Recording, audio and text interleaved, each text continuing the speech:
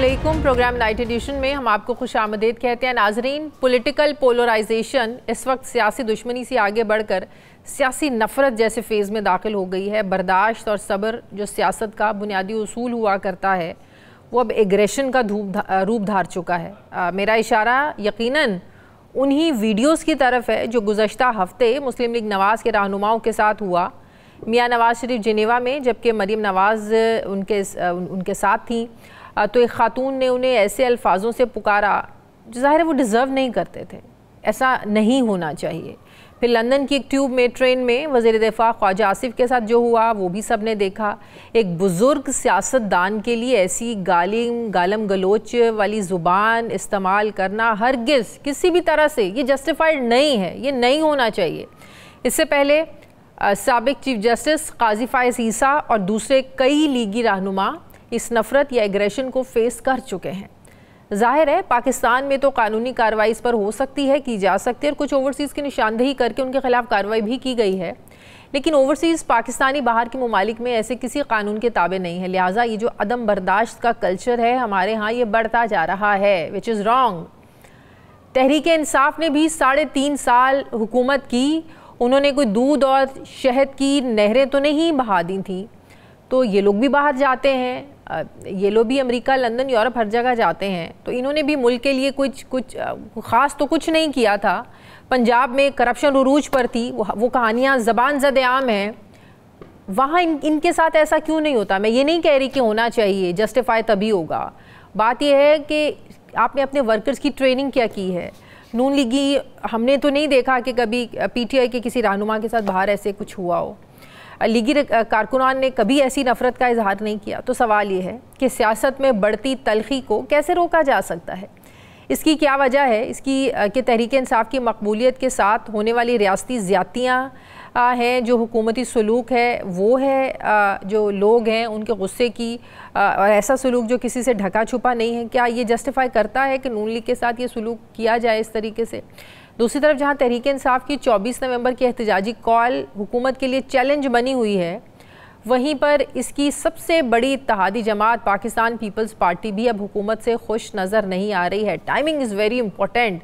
जब एक चैलेंज सामने आ रहा है PTI के एहतजाज का, तो ऐन उस वक्त बिलावल भुट्टो भी जो है ना वो अपने गिले शिकवे सामने ले आए हैं। गुज़श्ता रोज़ बिलावल भुट्टो ज़रदारी ये शिकवा करते नज़र आए कि नून लीग जो हुकूमत है वो हुकूमत साजी के मुआहदे पर अमल नहीं कर रही है। क्या कहा बिलावल भुट्टो ने, ज़रा देखिए।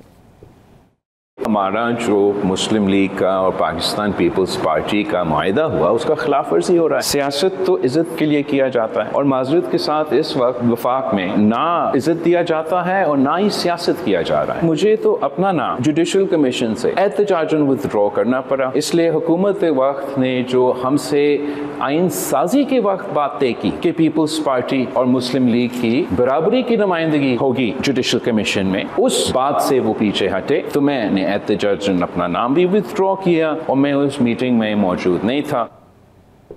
सिर्फ यही नहीं, बिलावल भुट्टो ज़रदारी ने हुकूमत पर पीठ पीछे कानून साजी का भी इल्ज़ाम लगाया और कहा कि वो 26वीं आईनी तरमीम में मसरूफ़ थे और हुकूमत ने पीछे से इरसा एक्ट में तरमीम मंजूर कर ली। उन्होंने मज़ीद ये भी कहा कि हुकूमत पानी की तकसीम और केनाल्स पर जो तरीक़ाकार अपना रही है ये ठीक नहीं है। बिलावल भुट्टो ज़रदारी ने स्लो इंटरनेट और VPN की बंदिश पर भी हुकूमत पर तनकीद की। इससे पहले कि नून लीग की क़यादत बिलावल भुट्टो ज़रदारी के तहफ़्फ़ुज़ात दूर करती, पंजाब हुकूमत ने पीपल्स पार्टी की मुखालिफत के बावजूद ज़रूरी इनकम टैक्स बिल भी वो मंजूर करवा लिया। ऐसे में सवाल उठता है कि अगर मुस्लिम लीग नून ऐसे ही अहम फैसलों में इत्तेहादियों को नज़रअंदाज करेगी तो कितनी देर वो ऐसे हुकूमत ज़ाहिर है वो चलाएंगे। एक तरफ PTI सड़कों पर आने के लिए तैयार बैठी है। अगर हुकूमत बर वक्त पीपल्स पार्टी के तहफ़्फ़ुज़ात को एड्रेस नहीं करती है तो ये मामलात क्या हुकूमती कंट्रोल से बाहर हो सकते हैं? इन सवालों का हम जवाब लेते हैं।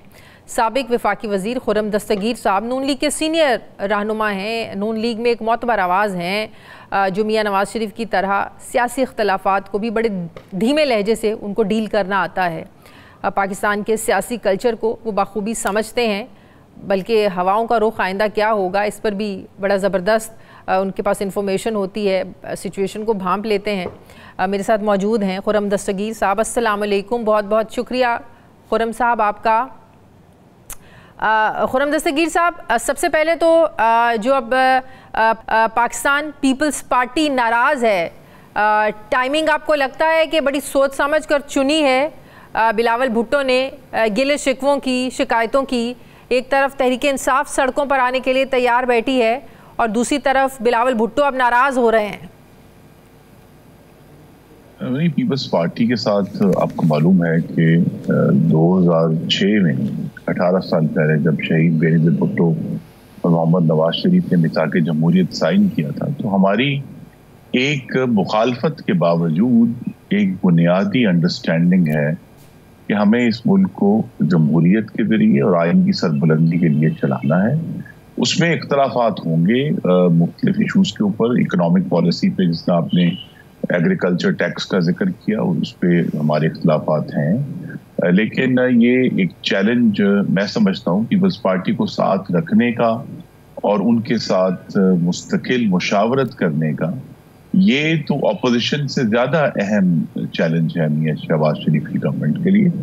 तो हम सब ने इनको यही एडवाइस दी है कि वो इस सियासी जो कम्युनिकेशन का गैप है इसको फौरी तौर पर पूरा करें। वो तशरीफ ला रहे हैं वापस अभी बाकू से, और जैसे ही वो तशरीफ लाते हैं मसला ये है कि एक है ना कि अभी मुशावरत हुई नहीं और कुछ फैसले करने की कोशिश हो रही है। मुशावरत के बगैर फैसले कर लिए गए, वो तो कह रहे हैं हमें इज्जत भी नहीं दी जाती है, ना इज्जत है ना सियासत हो रही है यहाँ पे।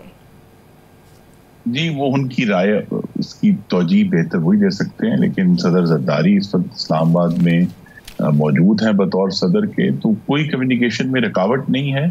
सिर्फ यही है कि उसके लिए ज़्यादा एक हुकूमत को कोशिश करनी है कि वो अपने वज़रा के ज़रिए, सियासी मुशीर भी हैं वज़ीर आज़म के, उनके ज़रिए एक मुस्तकिल मुशावरत का, सिर्फ ये नहीं कि किसी दिन कानून साजी करनी है तो उसी दिन मुशावरत की जाए, बल्कि मुस्तकिल तौर पर उन्हें मुशावरत में शामिल करना है। और ये कई ज़्यादा अहम है जो आपने अपोजिशन के चैलेंज का जिक्र किया उससे। हाँ, लेकिन ये बात भी आप समझते हैं ये दुरुस्त है उनका गिला शिकवा के बिल पहले जो है वो फ्लोर पर आए, मुझे फिर कॉपी दी जाए, सब कुछ फाइनलाइज कर लें, मुझसे सिर्फ आप कहें कि आप वोट दे दें, तो ये बड़ी ज़्यादती है पाकिस्तान पीपल्स पार्टी कह रही है। पहले भी वो कहते हैं कि हमें पंजाब को लेकर भी उनके ऑलरेडी इतने ज़्यादा कंसर्न हैं, वो कहते हैं कि हमें तो फील ही नहीं होता कि हम इनके इतने आम इत्तेहादी हैं, हम हुकूमत में हैं। वो तो पहले से ही नाराज़ हैं आप लोगों से पंजाब के मामलात को लेकर। ये शहबाज शरीफ साहब तो तकरीबन हर हफ्ते उनको दावत देते हैं कि वो काबीना का हिस्सा बने और इस मुल्क की जो जिम्मेदारी है हाकमियत की, उसमें जो उनका हिस्सा है बतौर एक बड़ी जमात के, तो अपनी जिम्मेदारी भी अदा करें। ये नहीं हो सकता कि सिर्फ गलबे का हिस्सा बनना है लेकिन मलबे का हिस्सा नहीं बनना।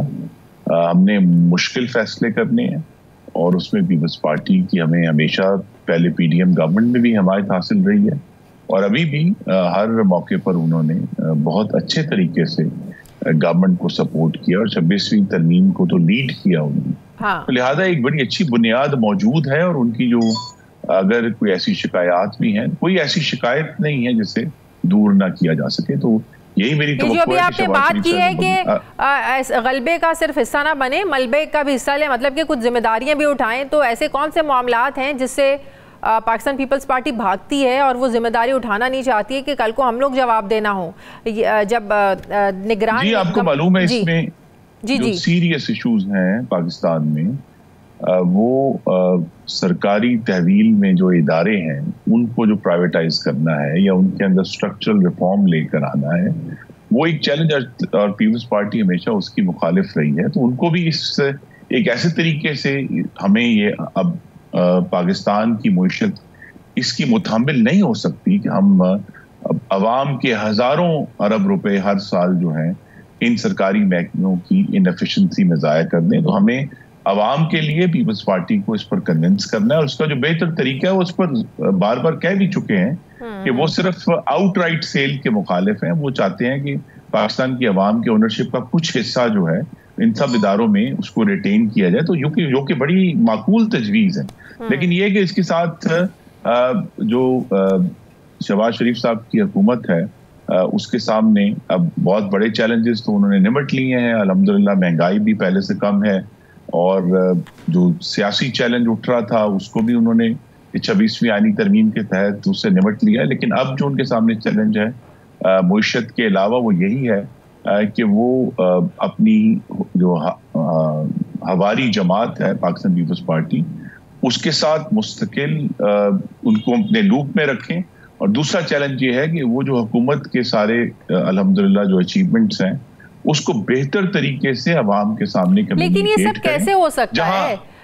देखिए ना, एक चीज मैं इजाजत दीजिए, देखिए जहां अचीवमेंट्स को सामने रखना है ना, तो अभी चंद दिन पहले इस्लामाबाद पॉलिसी इंस्टीट्यूट की रिपोर्ट भी आई इसके ऊपर कि पाकिस्तान में दहशतगर्दी तशवीशनाक हद तक बढ़ चुकी है। हमेशा इसका अंदाजा नहीं हो रहा, लेकिन अक्टूबर में 100 पाकिस्तानी जो हैं वो 48 हमले हुए और 100 पाकिस्तानी उसमें शहीद हुए, जिसमें 52 जो हैं वो सिक्योरिटी फोर्सेस के लोग थे। तो लिहाजा ये मामला जो है इसकी तशवीश बढ़ रही है और हमें यहाँ भी एक बहुत बड़ा चैलेंज है कि सब जमातों को साथ लेकर, पीपल्स पार्टी आपको मालूम है कि टेररिज्म के मामले में उन्होंने हमेशा बड़ी एग्रेसिवली बात की है, उनको इस मामले में भी लूप में लेकर ये दहशतगर्दी जो खैबर पख्तूनख्वा में और बलूचिस्तान में बढ़ रही है, और खास तौर पर खैबर पख्तूनख्वा की हुकूमत जो है जो हर वक्त वफाक पर हमले की धमकियां देती है और कफन इस पे मैं बात करती हूँ, इस पे मैंने आपसे बात करनी है ना। जो रिपोर्ट का एक चीज बड़ी अहम है, उसमें वाज़े तौर पर लिखा है कि खैबर पख्तूनख्वा के जो जुनूबी इज़ला हैं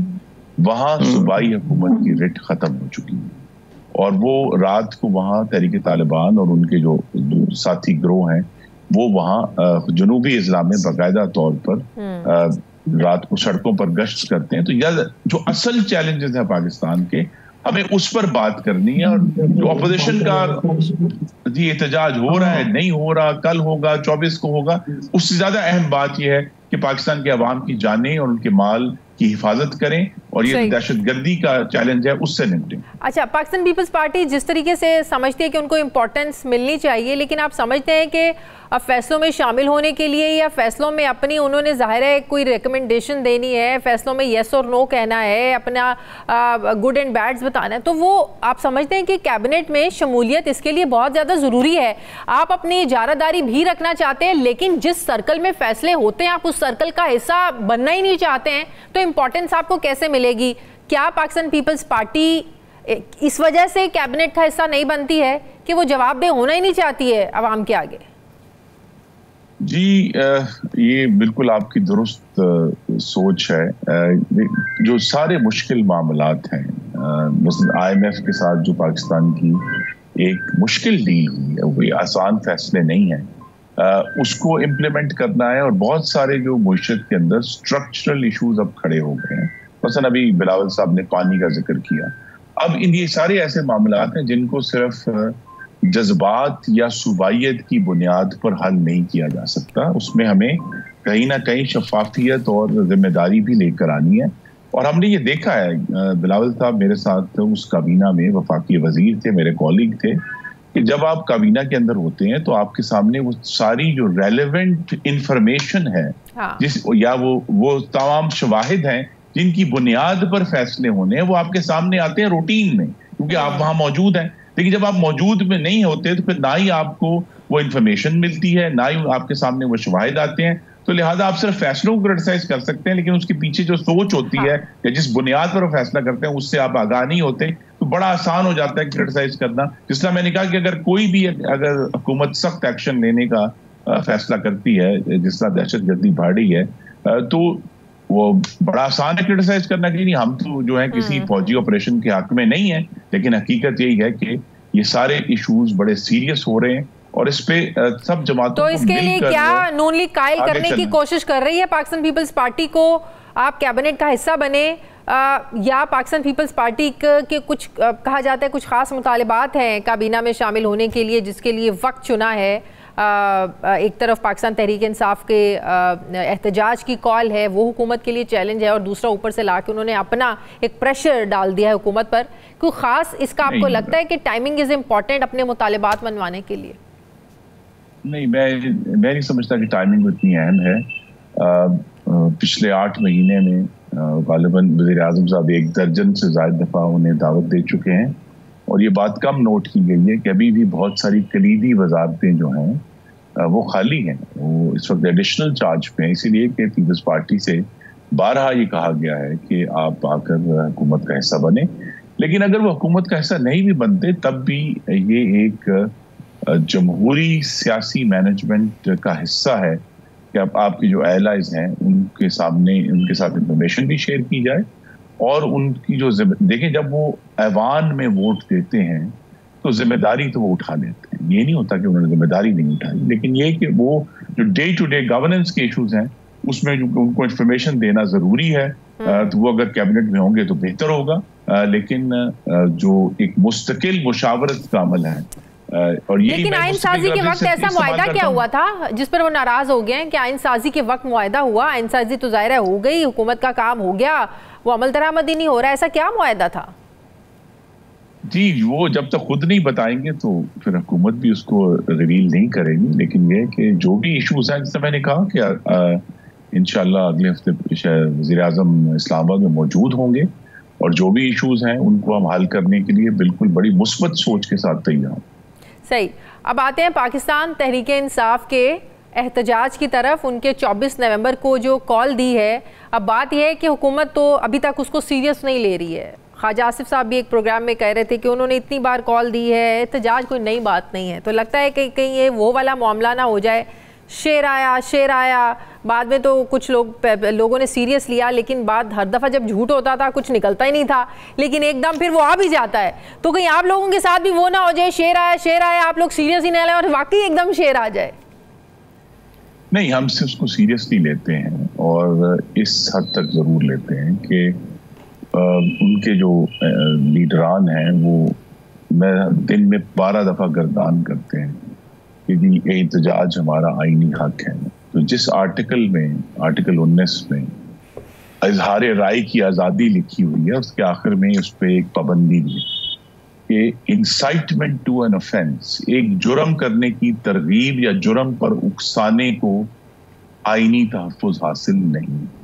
तो लिहाजा हम अगर वो उनका ये ख्याल है कि वो आकर किसी जत्थे के जरिए कोई जेल तोड़ेंगे या बानी चेयरमैन को रिहा कराएंगे या आकर इस्लामाबाद में तोड़ फोड़ करेंगे, वो तो हम नहीं होने देंगे। दूसरा ये है कि सिर्फ एहतजाज का हक एहतजाज करने वाले को नहीं, जो दूसरे शहरी इर्द गिर्द रहते हैं इस्लामाबाद के, रावलपिंडी के, उनके इर्द गिर्दोनवा के जो शहरी हैं, उनका भी फाइक हक है कि उनकी कारोबार, रोजगार, जिंदगियां, तालीम, सेहत, खानदानी मामलात वो उसको अपनी मर्जी से कर सकें, जा सकें।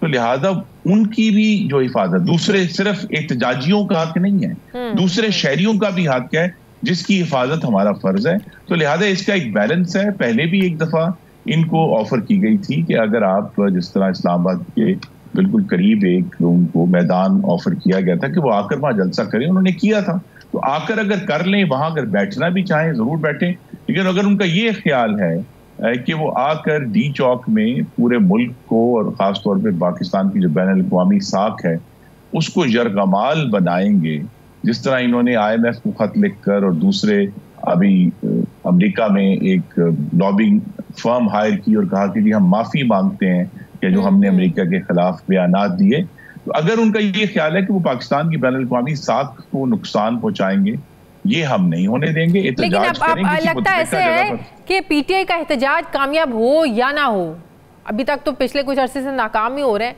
हुकूमत उसको अपने इक़दामात से कामयाब ज़रूर बना देती है। पहले से रास्ते ब्लॉक कर देने, कंटेनर्स लगा देने, गिरफ्तारियां करके उनको इतना हीरो आप लोग बना देते हैं, इतना ज़्यादा इंपॉर्टेंस दे देते हैं कि जिसको नहीं भी पता चलना कि वहाँ पर एहतजाज हो रहा है, हुकूमत के एक्ट से, उनके इक़दामात से पता ज़रूर चल जाता है। तो ये हुकूमत की बहुत ज़्यादा परेशानी की अलामत होता है। क्यों? जी, हुकूमत का अवलीन फ़र्ज़ है कि चाहे वो कितना भी गुमराह PTI का कारकुन हो या ना हो, पाकिस्तानियों की जानों का हमें दिफा करना, और लिहाजा इसमें अभी तक हुकूमत कामयाब है कि किसी पाकिस्तानी की जान इस एहतजाज में नहीं गई और ना ही हम जाने देंगे।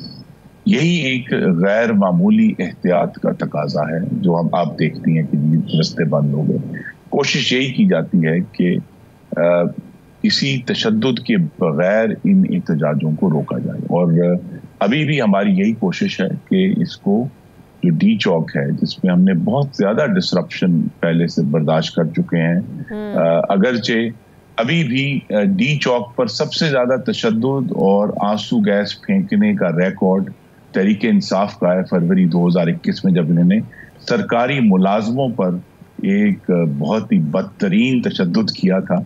लेकिन हमें तो ये एहतियात करनी है और पाकिस्तान में बहुत मुश्किल से अल्हम्दुलिल्लाह मुआशरत जो है उसमें इस्तेहकाम आना, और अभी जो अगला स्टेप है इस मुआशी इस्तेहकाम का फायदा पाकिस्तान के अवाम को पहुंचना शुरू हो, उसमें अगर ये लोग रुकावट डालेंगे तो हम ये रुकावट नहीं डालेंगे। और दूसरा ये कि पाकिस्तान तहरीक इंसाफ के साथ जो सलूक होता है, जिस तरह उनके लोगों को पकड़ा जाता है, रातों को ही घरों पर धावे बोल दिए जाते हैं, और पिछले 2 सालों से जो कुछ हो रहा है, ये जब नून लीग के लोग बाहर जाते हैं, ये उसका एग्रेशन है?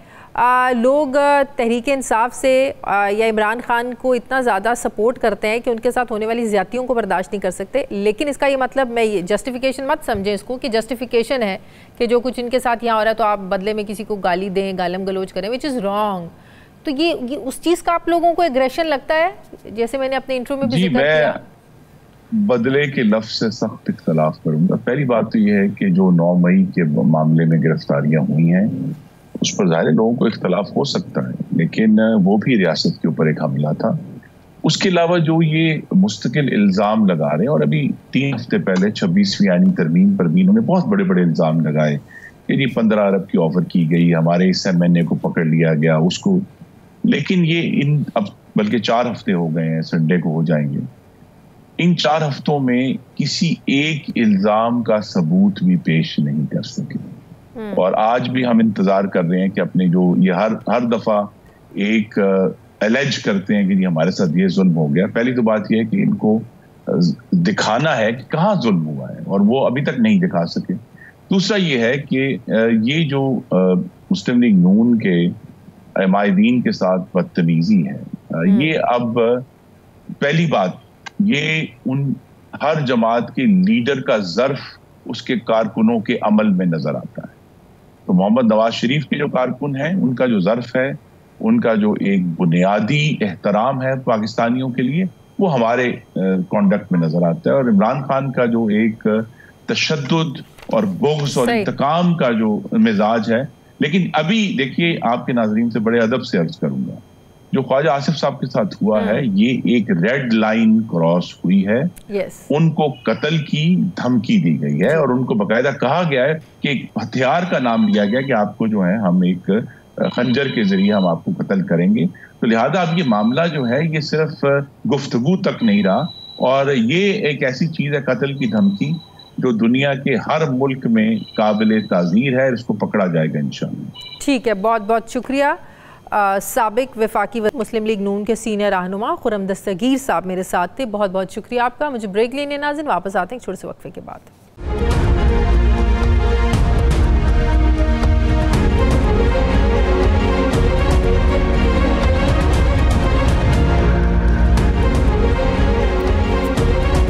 ब्रेक के बाद एक बार फिर से आपको खुशामदीद कहते हैं नाजरीन। अगरचे तहरीक इंसाफ में धड़ेबंदी है, इख्तलाफ राय है, इसमें भी शिद्दत है, लेकिन ये हकीकत है कि जैसे ही इमरान खान का नाम आता है तो कोई धड़ा बचता है और लगता है कि शायद कोई इख्तलाफ ही नहीं है। शायद यही वजह है कि 24 नवंबर को एहतजाज के लिए दी गई कॉल मौजूदा क़यादत के किसी भी बड़े लीडर के ज़रिए नहीं आई। ना ही वज़ीर आला KP के गंडापुर ने दी है, ना ही उमर अयूब ने दी है, ना ही शिबली फराज ने दी है। इनको चुना ही नहीं गया कॉल देने के लिए, बल्कि कॉल इमरान खान ने अलीमा खान अपनी बहन के जरिए भेजी है, जिनके बारे में चीफ मिनिस्टर अली अमीन गंडापुर समेत पार्टी के सीनियर लोग ये कई बार ये बात कर चुके हैं कि अलीमा खान का तो सियासत से कोई ताल्लुक ही नहीं है।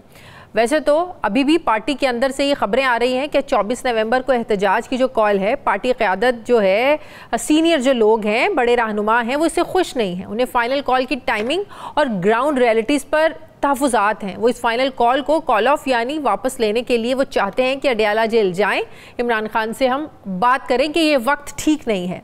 तो क्या वाकई ये सोच दुरुस्त है कि इमरान खान को इसका नुकसान हो सकता है? मौजूदा क़यादत के बहुत से एहतजाजों और राब्तों से वो नताइज नहीं निकले जिसकी ज़रूरत थी, बल्कि कारकुनान नाराज़ हो गए। लेकिन अब 24 नवंबर की फ़ाइनल कॉल वो तीर है जो अब कमान से शायद निकल चुका है। अब ये कॉल 4 मुतालबात के पूरे होने पर ही वापस ली जा सकती है। कहा जा रहा है कि सबसे बड़ा मुतालबा है इमरान खान की रिहाई का, कि इमरान खान को फौरी रिहा किया जाए। दूसरा मुतालबा है 26वीं आईनी तरमीम को रिवर्स किया जाए। तीसरा मुतालबा है अवामी मैंडेट की वापसी और जमहूरियत की बहाली। जबकि चौथा मुतालबा है नाहक कैद जो सियासी कैदी हैं उनको रिहा किया जाए। अब सवाल ये है कि क्या अलीमा खान के ज़रिए कॉल देकर इमरान खान ने मौजूदा पार्टी की क़यादत पर अदम एतमाद किया है? सवाल ये भी है कि क्या पार्टी कारकुनों की तरह अडयाला जेल में कैद इमरान खान भी लीडरशिप से मायूस है? सवाल यह है कि बार बार जलसों के पहले तारीख देने फिर इन्हें मनसूख करने के फैसलों ने इमरान खान को फ़ाइनल कॉल देने पर मजबूर किया है। और सवाल ये भी है कि क्या पार्टी क़यादत से मुशावरत के बगैर एहतजाजी कॉल देकर इमरान खान गलती करने जा रहे हैं, क्योंकि कहा जा रहा है कि इससे बुशरा बीबी और इमरान खान के लिए मसाइल पैदा हो सकते हैं। इसी पर मैं बात करूंगी। मुझे ज्वाइन कर रहे हैं फवाद चौधरी साहब, सीनियर रहनुमा हैं। अस्सलाम वालेकुम, बहुत बहुत शुक्रिया।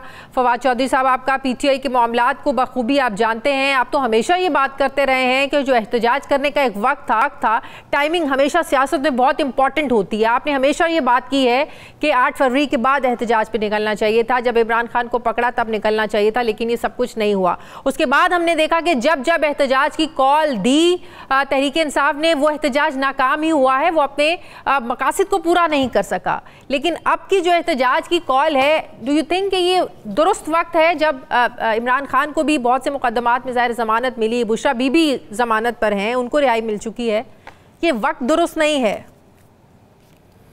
देखिए शाज़िया, बात यह है कि पाकिस्तान का जो मसला है वो तो एक ये है कि तहरीक इंसाफ से जो इनकलाब है वो मैनेज नहीं हो रहा, और हुकूमत और से इमरान खान नहीं मैनेज हो रहा, और दरमियान में पाकिस्तान जो है वो सफ़र कर रहा है। अब मसला ये है कि अगर इमरान खान एहतजाज की कॉल ना दें तो इस वक्त वो क्या करें?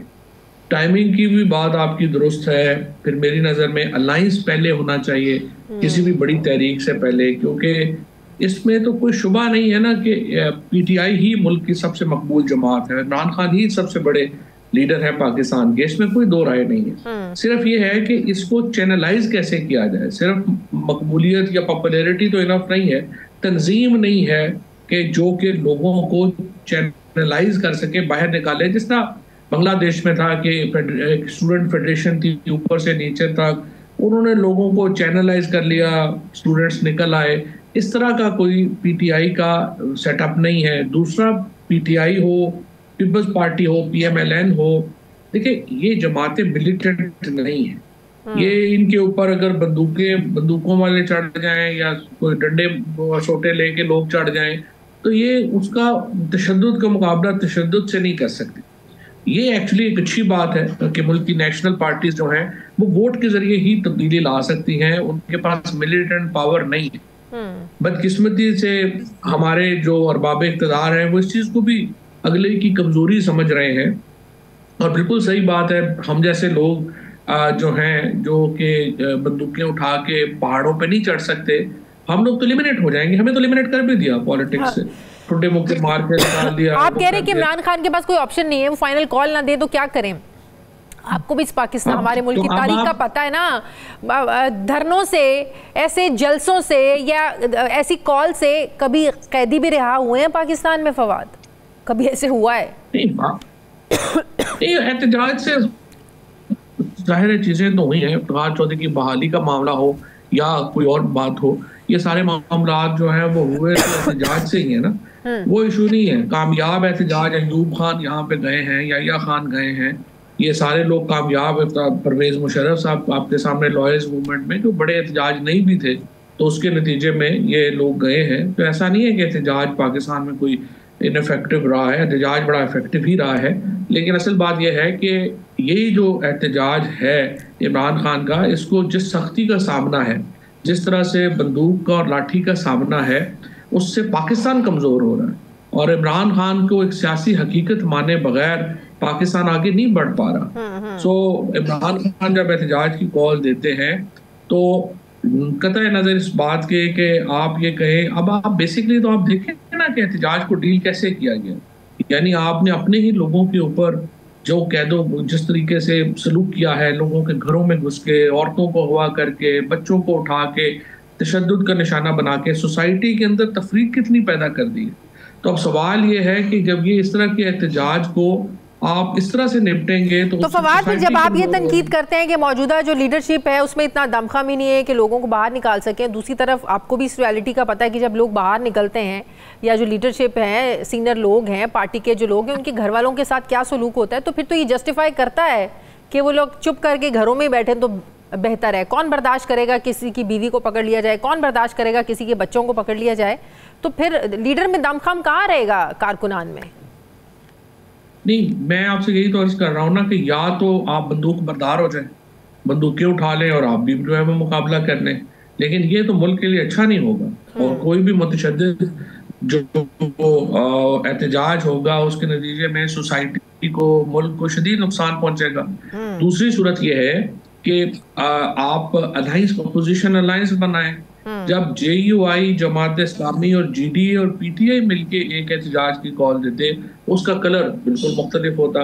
लेकिन सबसे ज्यादा बेहतर बात तो ये थी कि जो हुकूमत है वो इमरान खान से एहतजाज से पहले बातचीत करे, टेम्परेचर्स को नीचे लाने की कोशिश करे। उनके मुतालबात बिल्कुल जायज़ हैं। आप मुझे बताइए, एक भी मुतालबा इनमें ऐसा नहीं है कि इमरान खान की रिहाई का मुतालबा तो शामिल ही नहीं है। आपने अपने इंट्रो में कहा उन्होंने तो अपनी रिहाई का कोई मुतालबा इसमें नहीं किया।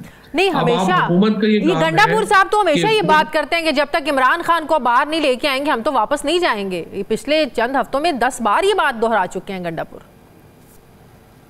नहीं, गंडापुर साहब ये बात कर चुके हैं, लेकिन इमरान खान ने अपने जो मुतालबात किए हैं उनमें जो मुतालबा है वो अपने लिए उन्होंने नहीं किया। उन्होंने तो मुल्क के लिए मुतालबे किए हैं। जो एक नेशनल लीडर उनके जो स्टेचर का है उससे जो एक्सपेक्ट आप कर सकते हैं, उन्होंने वही बात की है। और उन्होंने कोई बराह रास्त एस्टेब्लिशमेंट के साथ कोई लड़ाई वाली बात भी नहीं की है।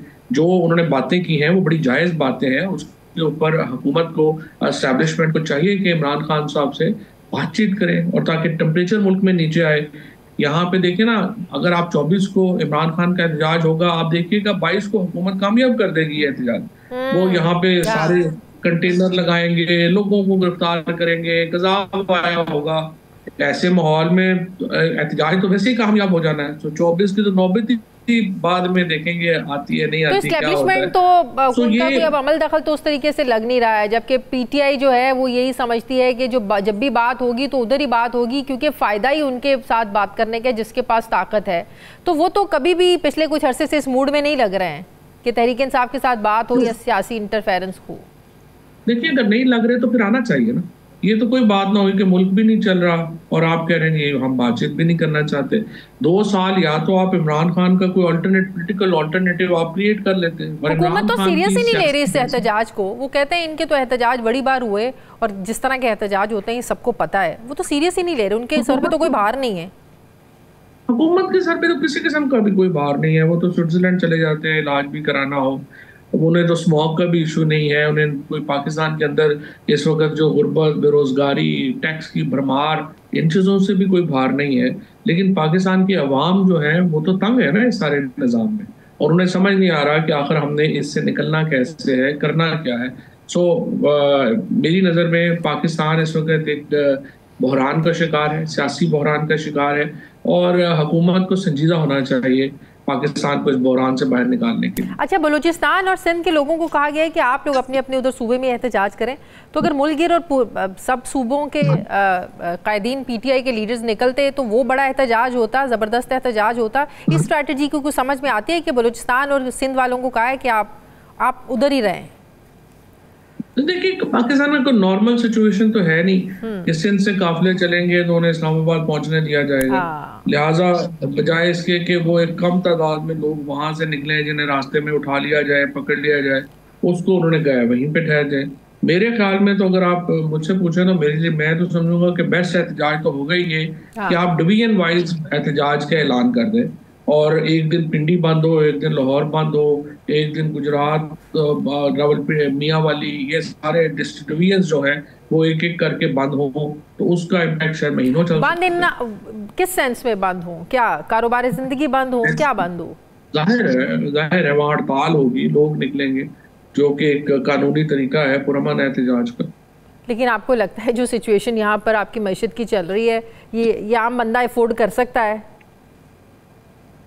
बिल्कुल सही बात है, लेकिन आम आदमी को जब तक इस निज़ाम से जान नहीं छुड़ाएगा, अभी तो रिटेलर्स का टैक्स आ रहा है, अभी तो आपने आज देखा है कि एग्रीकल्चर टैक्स जो है वो प्रोविंशियल असेंबली ने जो है वो बिल पास कर दिया है, और पाकिस्तान में पहले ही 60 रुपए हम तेल के ऊपर टैक्स दे रहे हैं, बिजली के ऊपर टैक्स और दे रहे हैं। सो ये इकोनॉमी भी जो बेहतर हो रही है वो सिर्फ हुकूमत के अपने कागजों में और ब्रीफिंग्स में बेहतर हो रही है, बाकी तो जो तनख्वाहदार तबका है उसकी तो कमर टूट गई है, मिडिल क्लास की तो कमर टूट गई है। सो जब तक लोग नहीं निकलेंगे तो वो क्या इसी हालात में ही फंसे रहे। और फिर राइट्स, इकोनॉमी से भी ऊपर ये है कि राइट्स नहीं है, राइट्स होना बड़ा इंपॉर्टेंट है, और इसके लिए मैं समझता हूँ कि जो इस वक्त की सिचुएशन है उसमें ज़रूरी है कि अवाम जो है वो निकलेंगे। इमरान खान की कॉल पे लोग तो निकलेंगे, ये तो कोई दो राय नहीं है कि नहीं निकलेंगे। इसको सस्टेनेबल बनाना जो है वो इम्पॉर्टेंट है, और अनफॉर्चुनेटली मेरे ख्याल में हुकूमत अगर संजीदा नहीं ले रही तो उसको इसकी कीमत अदा करनी पड़ेगी। क्या आज भी आप ये समझते हैं कि जब जिस दिन डोनाल्ड ट्रंप ने हल्फ उठा लिया तब कुछ ना कुछ तो होगा, कोई हलचल तो होगी इमरान खान की रिहाई के लिए? डू यू रियली थिंक आज भी? नहीं, बिल्कुल। अभी उनकी देखें ना, साउथ एशिया की टीम अभी नहीं बनी, जब साउथ एशिया की टीम बनेगी तो ये चीज़ें शायद ज़्यादा वाज़ेह हो जाएंगी। लेकिन डोनाल्ड ट्रंप के आने से डेफिनेटली पाकिस्तानियों का जो एक प्रेशर है अमेरिकन इंतज़ामिया के ऊपर वो बढ़ेगा, और उसके नतीजे में एक जो इस वक्त मामलात हैं वो डेफिनेटली ऐसे तो नहीं रहेंगे, ये मामलात जो हैं वो तब्दील होंगे। और मुझे यही लगता है कि अगले आने वाले दिनों में अमेरिका का पाकिस्तान के ऊपर जमहूरियत के लिए और बुनियादी इंसानी हकूक के ज़िमन में प्रेशर जो है वो अमेरिका जैसे कश्मीर में इंसानी हकूक नज़र नहीं आते हैं या पैलेस्टाइन में, फ़लस्तीन में नज़र नहीं आते हैं, आपको क्या लगता है कि वो सियासी मामलात के में जो इंसानी हकूक की खिलाफ वर्जियाँ हो रही हैं उस पर इंटरफेयर करेगा?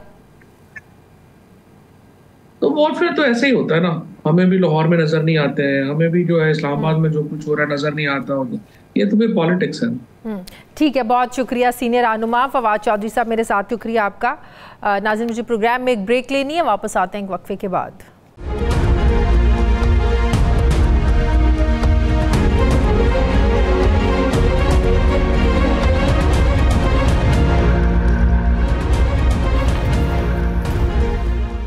ब्रेक के बाद एक बार फिर से आपको खुशामदीद कहते हैं। नाजरीन, क्या आप ये जानते हैं कि लाहौर या पंजाब की मौजूदा स्मोग में सांस लेने वालों की ज़िंदगी के 7 साल कम हो गए हैं? और ये ख़तरनाक खबर मैं नहीं दे रही, बल्कि अमरीकी यूनिवर्सिटी ऑफ शिकागो ने अपनी एक तहकीकाती रिपोर्ट में लिखा है।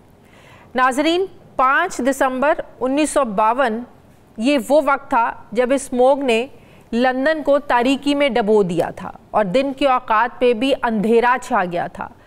फ़ज़ाई आलूदगी की वजह सनतों, घरों और गाड़ियों से निकलने वाला वो धुआं था जिसने बरतानवी शहरियों को बड़ा परेशान कर दिया था। रोज़मर्रा की ज़िंदगी ठप होकर रह गई थी।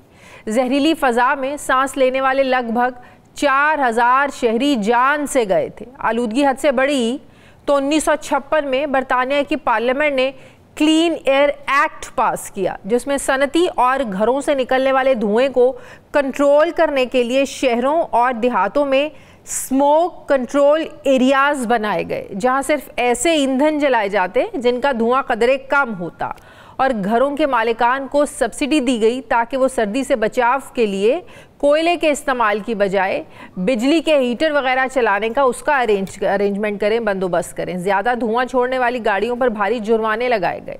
इस एक्शन के बाद लंदन में फ़ज़ा में बेहतरी आ गई और स्मोक पर काफ़ी हद तक काबू पा लिया गया। फिर इसी तरह चाइना के शहर बीजिंग ने भी ऐसे ही स्मोक से जंग लड़ी और जीती। सवाल ये है कि अगर लंदन में स्मोक पर काबू पाने जैसी मिसालें हैं, बीजिंग में ये सब कुछ हो सकता है और ये सारी रेमेडीज़ मौजूद हैं वहाँ पर ऑलरेडी, तो पंजाब में ऐसी ख़तरनाक स्मोक पर क्यों काबू नहीं पाया जा सका है? आज लाहौर समेत पंजाब के मुख्तलिफ शहरों में फ़ज़ाई आलूदगी इस हद तक बढ़ चुकी है कि जहरीली फ़ज़ा में सांस लेना भी मुश्किल हो गया है, जिसकी वजह गाड़ियों, फैक्ट्रियों और ईंटों के भट्टों से निकलने वाला धुआं है। बागात का शहर लाहौर आजकल दुनिया भर में आलूदगी का सरगना डिक्लेयर किया जा चुका है। ग्रीन लॉकडाउन के बावजूद शहर का एयर क्वालिटी इंडेक्स 700 से भी बढ़ गया है। ये लॉकडाउन लगाने, ग्रीन लॉकडाउन के बाद की मैं सिचुएशन आपको बता रही हूँ। जहरीली फ़ज़ा में सांस लेने से आंखों, गले और फेफड़ों की बीमारियां फैल रही हैं। डॉक्टर्स कह रहे हैं कि गले का कैंसर भी इससे हो सकता है। महकमा सेहत पंजाब के मुताबिक अब तक 1,31,000 से ज़ायद लोग इस स्मोक से मुतासर हो चुके हैं। पंजाब हुकूमत ने लाहौर और मुल्तान में हेल्थ इमरजेंसी नाफिज कर दी है, जिसके बाद जुमा, हफ्ता और इतवार यानी 3 दिन मुकम्मल लॉकडाउन और तामीरात पर मुकम्मल पाबंदी होगी। स्कूल मज़ीद 1 हफ्ते तक बढ़ा दिया गया, बंद रहेंगे। कॉलेज और यूनिवर्सिटीज़ में ऑनलाइन क्लासेस होंगी। तमाम रेस्टोरेंट शाम 4 बजे बंद हो जाएंगे और इससे पहले स्कूल्स, पार्क्स और तफरीही मकामात को 17 नवंबर तक बंद किया गया था, अब इसको बढ़ा दिया गया है। स्मोक की एक नाज़रीन बड़ी वजह बारिश का भी ना होना है। वज़ीर आज़म शहबाज शरीफ की अपील पर आज मुल्क भर में नमाज इस्तिस्का अदा करने का सिलसिला भी जारी था। पिछले साल पंजाब की निगरान हुकूमत ने मसनूई बारिश करके मौसम को खोलने की कोशिश की थी। सवाल ये है कि हुकूमत को फौरी तौर पर ऐसे कौन से इक़दाम करने चाहिए जिससे स्मोक पर काबू पाया जा सकता है।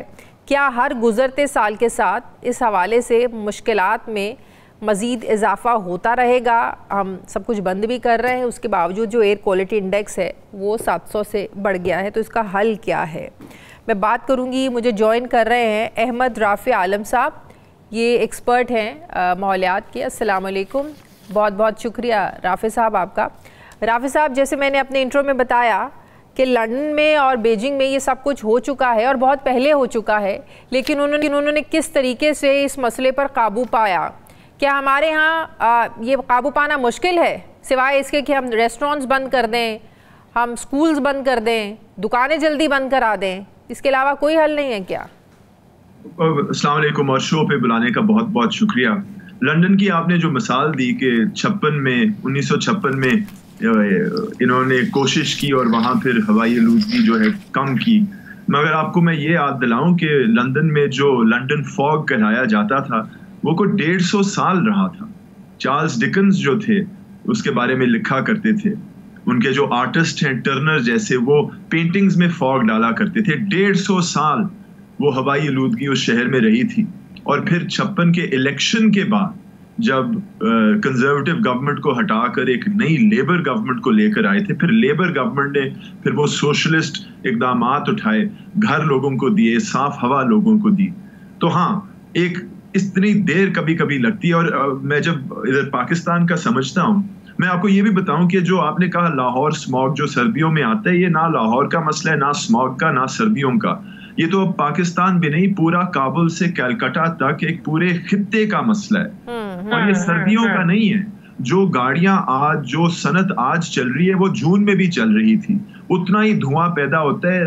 फर्क ये है कि गर्मियों में गर्म हवा ऊपर की तरफ फटती है और फिर बरसात के मौसम में बारिशें थोड़ी सी पड़ती हैं। ये एक सालाना हवाई आलूदगी का मसला है और ना सिर्फ लाहौर का। और स्मॉग एक किस्म की हवाई आलूदगी होती है जहां आपको धुंध और धुएं की दोनों जरूरत है। इस वक्त तो मौसम कुछ ऐसा है, तो धुंध तो है नहीं, we are in a grey haze. Smog एक किस्म की हवाई आलूदगी होती है और जब तक कि हम इस मसले को लाहौर की सर्दियों का स्मॉग समझेंगे, हम इस पूरे मसले को नहीं समझ सकेंगे और इसको हल नहीं कर सकेंगे। तो बारिश इसका हल है या कम हो सकता है? हल तो नहीं कह सकते, कम हो सकता है। कम हो सकता है, लेकिन जब तक कि आप गाड़ियों का धुआं और बिजली की पैदावार के धुएं को और सनत के धुएं को काबू नहीं करेंगे तो वो 2-4 दिन में मसले दोबारा खड़े होने जाएंगे। इस वक्त पाकिस्तान में जो पेट्रोल हम गाड़ियों में डालते हैं, जो कि मोटरसाइकिलों में, ट्रकों में डलता है, वो दुनिया का गंदा तरीन है। हमें अपनी जो 4-5 रिफाइनरीज हैं उन पे तवज्जो देनी पड़ेगी और उनको अपग्रेड करना पड़ेगा। और ये मैं कह रहा हूँ सस्ता काम नहीं है, अरबों डॉलर का काम है। और ये 1-2 दिन का काम नहीं, ये 5-7-10 साल का काम है। हमें इस वक्त ये रिफाइनरीज को अपग्रेड करना है, रिन्यूएबल एनर्जी। तो आज आप कह रहे हैं ना 5-10 साल का काम है, और हम ये भुगत भी तो इतने सालों से रहे हैं ना। ये हम कल रात का मसला नहीं है, ये पिछले 15-20 साल की डेवलपमेंट क्या कहते हैं जो हमारा पैराडाइम है उसका मसला है, और ये 1-2 रातों में हल भी नहीं होगा, ये 5-10-15 साल में हल होगा अगर हम मुसलसल कोशिश करें हर मुख्तलिफ आलूदगी को काबू करने की। इसमें गाड़ियों की, सनत की, जो हम ये फसलों की बकायात जलाते हैं वो, जो कूड़ा जलाते हैं वो, जो शहरों के अंदर वैसे ही धुआं और मिट्टी शिट्टी होती, इन सब पे मुसलसल अच्छा, इस फैक्टर को कितना ये इम्पोर्टेंट है कि जो जगह जगह आप देखें इतनी ज़रई ज़मीनें उनको ख़त्म कर दिया गया, उन ज़रई ज़मीनों पर हाउसिंग सोसाइटीज़ बन गई, जिसका हाई कोर्ट ने भी हुक्म दिया है कि ज़रई ज़मीनों पर ये ना बनाया जाए। तो ये कितना बड़ा एलिमेंट है कि ग्रीनरी आप ख़त्म कर रहे हैं और उसके ऊपर सोसाइटी ज़ाहिर है बनाएंगे, जब आबादी वहाँ पर आएगी तो ज़ाहिर है पोल्यूशन तो होगी।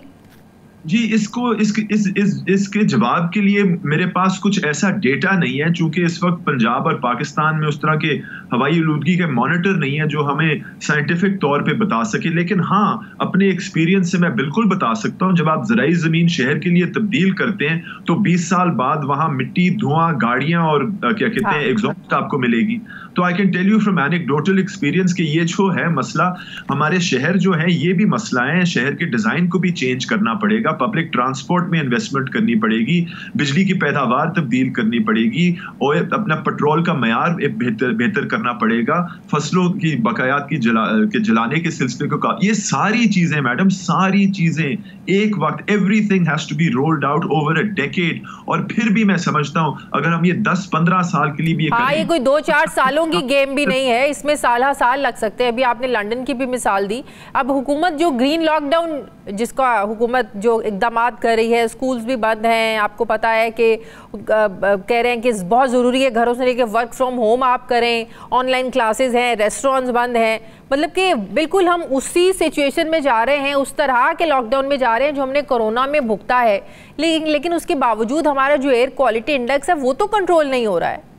ये लॉकडाउन के इक़दामात मैं आपको बताऊं, 2017 में लाहौर हाई कोर्ट के कहने पे पंजाब ने एक स्मार्ट पॉलिसी बनाई थी। 2022 में पीडीएम की हुकूमत ने एक वफाकी एयर पॉलिसी बनाई। पिछले साल जो केयर टेकर हुकूमत थी मोहसिन नकवी साहब की, उन्होंने भी पंजाब की एक एयर क्वालिटी पॉलिसी बनाई। इस साल 2 महीने पहले इस नई हुकूमत मरियम नवाज की हुकूमत ने भी एक एयर पॉलिसी निकाली है। इन पॉलिसीज के बावजूद ये जो लॉकडाउन्स हैं, ये मैं समझता हूँ गवर्नेंस फेलियर हैं। ये मानना है कि जो भी इक़दामात तय किए गए थे हवाई आलूदगी को काबू करने के लिए पिछले 7-8 साल से, उन पर कोई जो है अमल नहीं किया गया, and this is the result. हमारे बच्चे स्कूल नहीं जा सकते, हमारे बड़े और बच्चे बाहर खेलने नहीं जा सकते। लेकिन इमरजेंसी में इसके अलावा करने के लिए there is no choice, there is no option. अगर बच्चों को ऐसी आलूदगी में आप बाहर भेज देंगे तो अस्पताल तो आगे भर रहे हैं। आपको पता है बच्चों का इम्यून सिस्टम वैसे ही उस बड़ों जैसा तो नहीं होता, स्ट्रॉन्ग तो नहीं होता। तो इस इमरजेंसी में ये लॉकडाउन लगाने के अलावा there is no choice. I agree, but it's a policy failure. तो क्या होना चाहिए? देखिए, लॉकडाउन करें, हफ्तों के लिए करें जैसे किया गया था, हेल्थ इमरजेंसी डिक्लेयर करें और फिर वादा करें, वफाक पेट्रोलियम रिफाइनरीज पे तवज्जो डालें। हमारी सूबाई हुकूमतें जो कि इस वक्त शहरों के अंदर पैसे खर्च रही है, वो सिर्फ ओवरपास और अंडरपास और गाड़ियों के लिए खर्च रही है। There has to be a rethink about development paradigm, ताकि ये हवाई आलूदगी पे हम कोई काबू कर सकें अपनी जिंदगियों में। ठीक है, बहुत बहुत शुक्रिया माहिर माहौलियात अहमद राफिम साहब मेरे साथ थे, बहुत शुक्रिया आपका। नाज़रीन, प्रोग्राम का वक्त खत्म हो गया, फीडबैक दें, अपना ख्याल रखें, मुझे इजाज़त दें, अल्लाह हाफिज़।